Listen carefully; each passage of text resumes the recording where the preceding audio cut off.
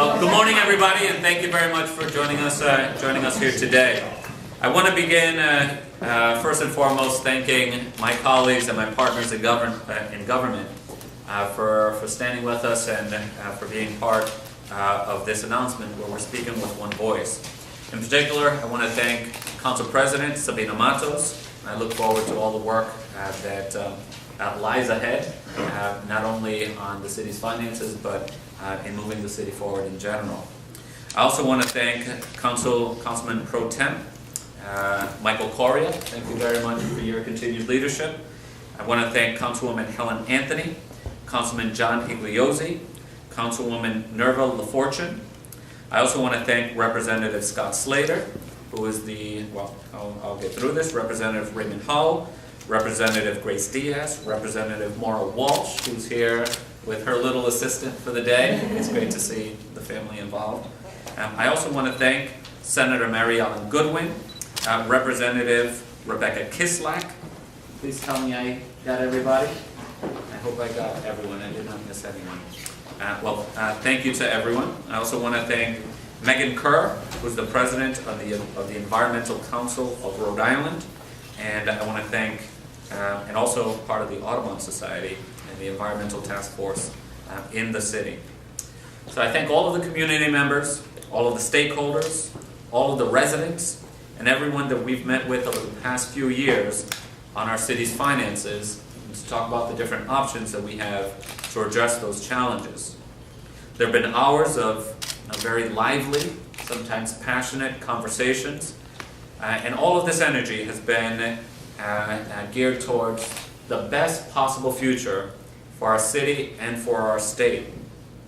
We worked very hard over the past few years to have these conversations with our residents. We've engaged the National Resource Network and also national experts, along with our local stakeholders, to look at all of our options.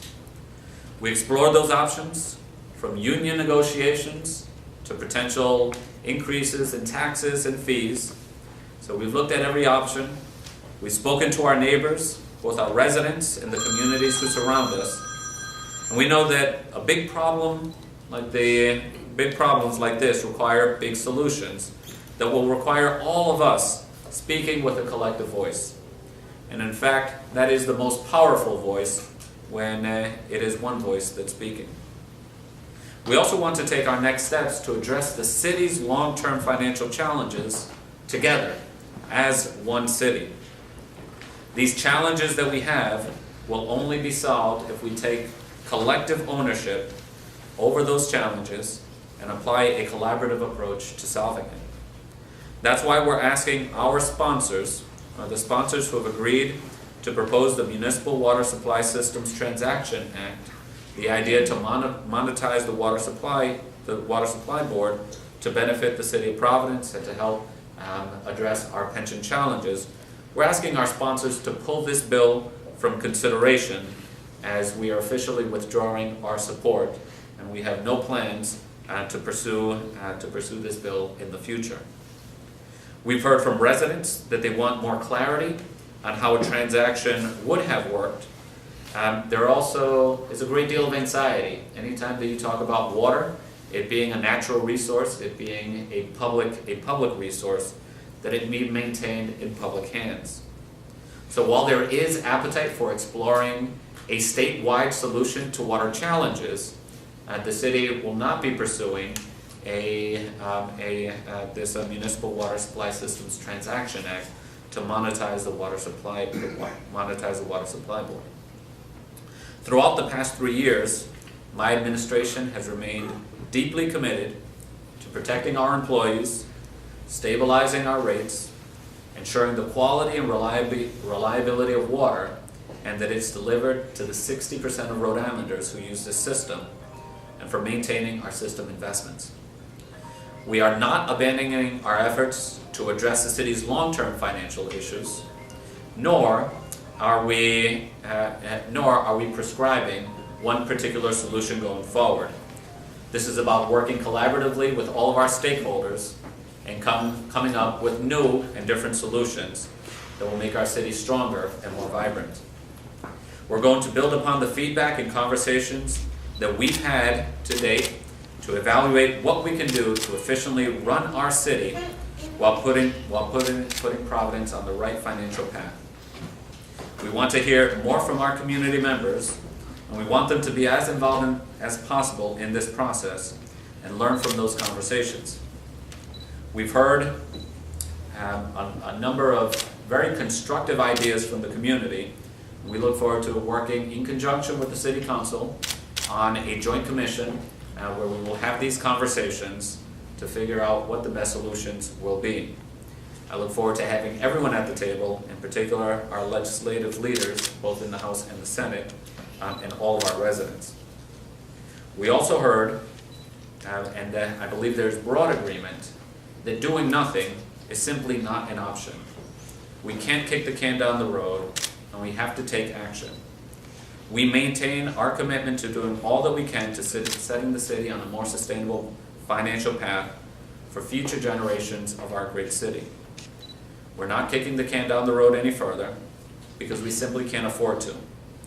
Our children, our family, and our neighbors cannot afford it. This is about more than simply having difficult conversations, and this is bigger than local politics. We're going to remain focused on our long-term financial challenges and continue meeting with folks, anyone who wants to be part of the solution, so that we can address the challenges that we'll face in the next decade and beyond. We'll be scheduling workshops later this year to give a space for residents to discuss the different options that we come up with collectively and what will and what won't work for our community. So this is just a continuation of that much more important conversation, which is the city's long-term financial situation. So everything that we plan to do going forward will be with the idea of putting the city on the right financial path, and the only way that we can accomplish that is by working together. And so I want to hand it over to my partner in city government, and someone who I look forward to working a great deal with, not just on this issue and beyond. I ask everyone to please join me in welcoming Council President Sabina Matos.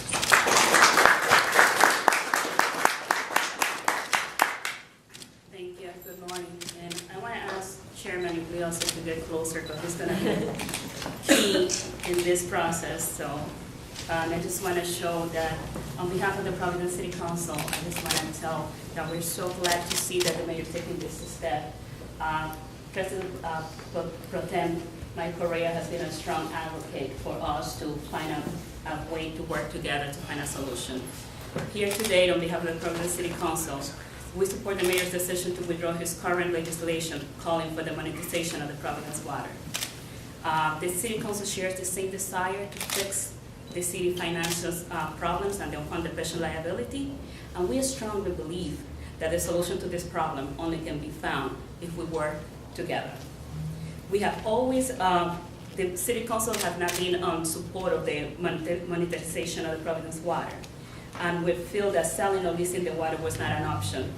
But also we are ready to continue to support the water because it's one of our precious resources.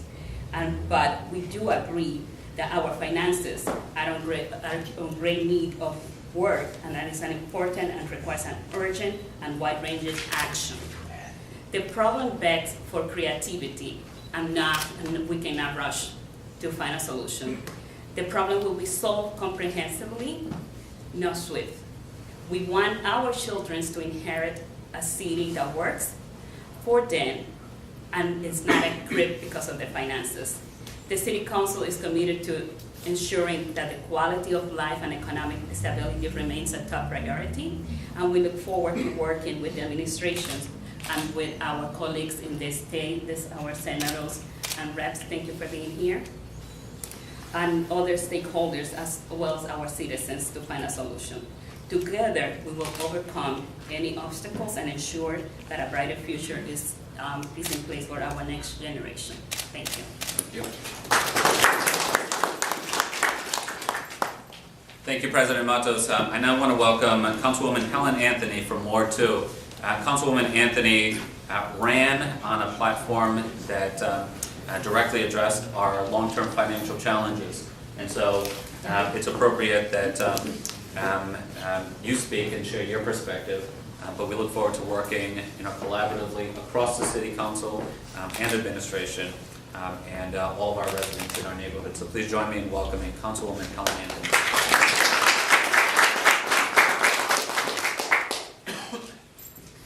Our $1 billion unfunded pension liability is the elephant in the room. If we don't take initial steps to address this issue in the next 4 years, our beautiful city will be headed toward receivership.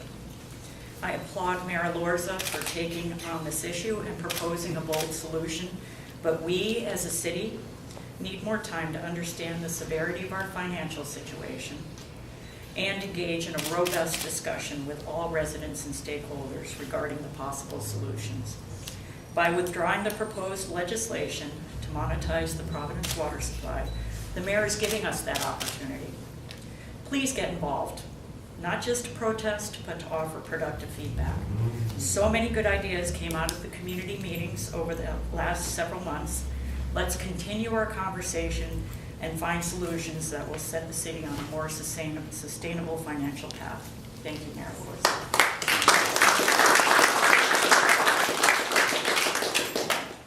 Thank you, Councilwoman Anthony. Now I would like to invite Councilwoman Nerva LaFortune to the podium. I want to thank all of the council people, but in particular, Councilwoman Anthony and LaFortune hosted a community meeting with us in their neighborhood. And we had a number of really great and productive ideas that came out of it. And particularly you, Councilwoman Anthony, I really appreciated the way that you set the tone for that conversation to make it so productive. And with that said, I'd like to welcome Councilwoman Nerva LaFortune to the podium. Thank you, Mayor Elorza, and our City Council President, and our other City Councilors who are here, our state delegates. Thank you for being here, and just to work collaboratively to try to address this issue. The city's finances is quite important, and the vitality of our city finances is critical. And I thank the Mayor Elorza, for taking this bold step in trying to address this issue. It is a very uncomfortable conversation. But throughout the course of the year, we have seen some initiatives that have taken place to try to address it. I do also thank you for pulling this legislation, because we also understand that it is critical to get community input. Our stakeholders, our ratepayers, our legislators, the municipalities that we are supplying should be at the table and should be part of the decision-making process. So I hope throughout the course of the next year that we can continue with the community conversations, we can find innovative ways to collect the input of the people in Providence and to come up with solutions that will not only address this issue, but will ensure the security of our city's finances. So again, thank you for the work that you have done. Thank you, Council President, for committing to work collaboratively with the administration. And I also thank the people of Providence for taking the time to attend these community meetings and providing your input, because your input is important, and we hope that you continue to participate. Thank you. Thank you. Thank you, Councilwoman. I now want to welcome Meg Kerr. Meg is the Director of Policy for the Audubon Society of Rhode Island, and she's also the current President of the Environment Council of Rhode Island. Meg? Thank you. Thank you very much for the opportunity to address you all. The environmental community is very appreciative of the mayor's leadership and for pulling this legislation and opening up a broader conversation with the state around our water supply. So thank you to all the city leaders and elected officials here for that move. Within the environmental community, we certainly recognize that Rhode Island is really a city-state, and the financial future of Providence is closely tied to the financial future of the entire state. So we also support conversations around the finances of the city. But we have had a very long-standing concern and interest in the state's water supply. We all know that water is basically a necessary human right. We all need clean water to drink. We need it to be affordable. And it's really critical that our state leaders take that issue seriously. I brought this with me, What the Eyes Don't See, by Mona Hana Atisha. This is the Rhode Island Center for the Book, Reading Across Rhode Island book for 2019. Dr. Mona will be in Rhode Island next Thursday speaking about this book and her experience with a Flint water crisis and how the children of Flint became poisoned got lead poisoning when they switched their water supply. I just bring it up because it's a stark reminder how what seems like something we take for granted, turning on the faucet and having clean water, can change very quickly and we can lose that. I'm not suggesting that that's what's going to happen here in Providence. I just use that as an example that our water supply is really, really critical to all of us.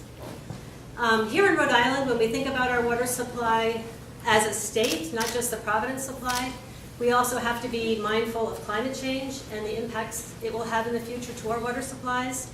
As an example, the Newport Reservoir is that lake right there at the beach there in Newport.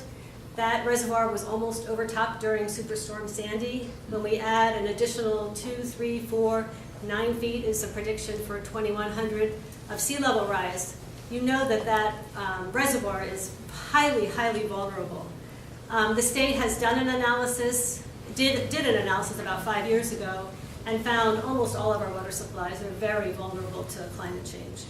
So the conversation around water, the Providence water supply, we appreciate the opportunity to have that broader conversation for the state as a whole. And be assured that the environmental community will be there as part of that conversation, and we thank you for your leadership.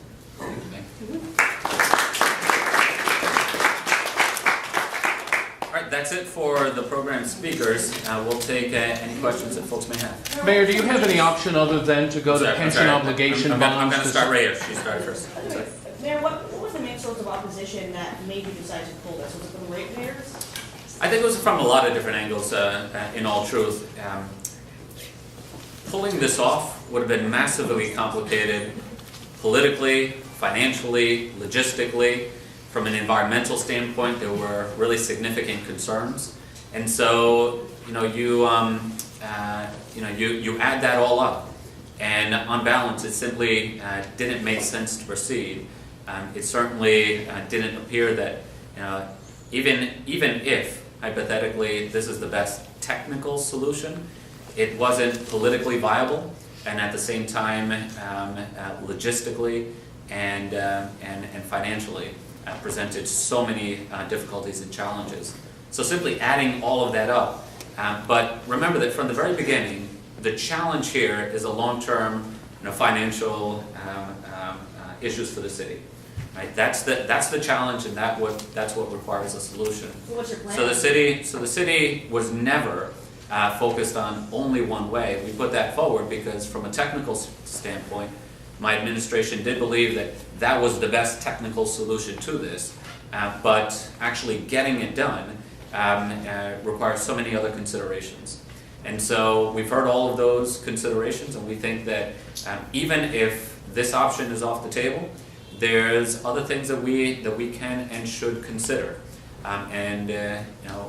For all of those things, for any of those things to get done, it's going to require collective action, all of us speaking with one voice.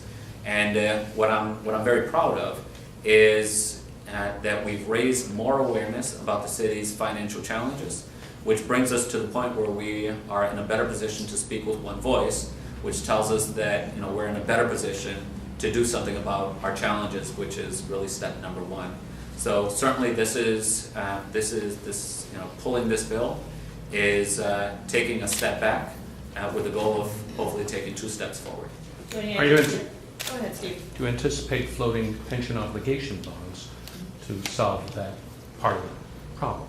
I think that's something that has been sort of proposed, sort of out there. We also heard that from the community. And I think that what's important is that when we sit down with the city council and our state leaders, that we consider every option. And that's something that we have to look at. We got to kick the tires, look under every rock and see what the pros and cons of it are. Given that but it's important that options like that be considered, just as everything else needs to be But considered. this narrows your options by taking the sale of the water supply off the table. Right, it narrows it by one. Right, but I mean, other than pension obligation bonds, what do you got? So there's frankly a lot of things. Really? And if you look at the National Resource Network report that was put out about 2.5 years ago, it's about a 160-page report, and there's about 85 pages of recommendations. And every recommendation also has a cost associated with it. Now, many of the recommendations have low costs, or rather low benefits associated with them. But we have to look at, well, what if we do 15 smaller things in the aggregate? Do they have the impact that we need? And so there's a lot for us to look at, and we'll be looking at every option. Mayor, you $1 billion. mentioned the, go ahead, Steve. $1 billion. Yeah. Is that what your operating figure is at this point? Yes, that's the unfunded pension liability. And so oftentimes we segregate the long term versus the short term, and there are very good reasons for doing that. The truth is that it really all comes out of the same pot as well. And what I mean by that is that whatever amount we decrease that long-term liability, it enhances our ability to invest in ourselves over the short term. So one way to think about this is, this is like paying off a mortgage, right? We have these payments that we make every year, and in this case, a little different is that the mortgage payments increase every year. So that's a challenge. But just as you're making your mortgage payments, you still have to make improvements to your house. You have to make sure that the roof gets repaired, that it has a paint job, the boiler breaks. And so every dollar that we reduce the unfunded pension liability puts us in a better position to invest in ourselves. So these are investments that we need to make. We have to find a way to do it. So in no small way, those long-term challenges, they really do also blend and meld into our short-term challenges as well. Mayor, you addressed the challenges at the outset of this politically, and apart from the bill sponsors, it was essentially dead on arrival when it was introduced. Had you anticipated getting any additional political support, and why did it take so long to pull the bill? So again, the idea was always we have a massive unfunded pension liability, and my approach to this was, we have to put this out front. From the beginning when I took office, we commissioned is what has made it fingertip knowledge for us to all know that we have a $1 billion pension liability. So that was extremely successful in putting that question that issue front and forward. Now, if we're going to highlight the challenge, now our approach is we want to also offer a solution. And so along with the challenge, we offered a solution, what we thought was the best from a technical standpoint. And we certainly tried our first year. We got the feedback, we amended it, we changed the bill the second year, we introduced it a third year. And especially now when we got out into the community, we heard directly from residents.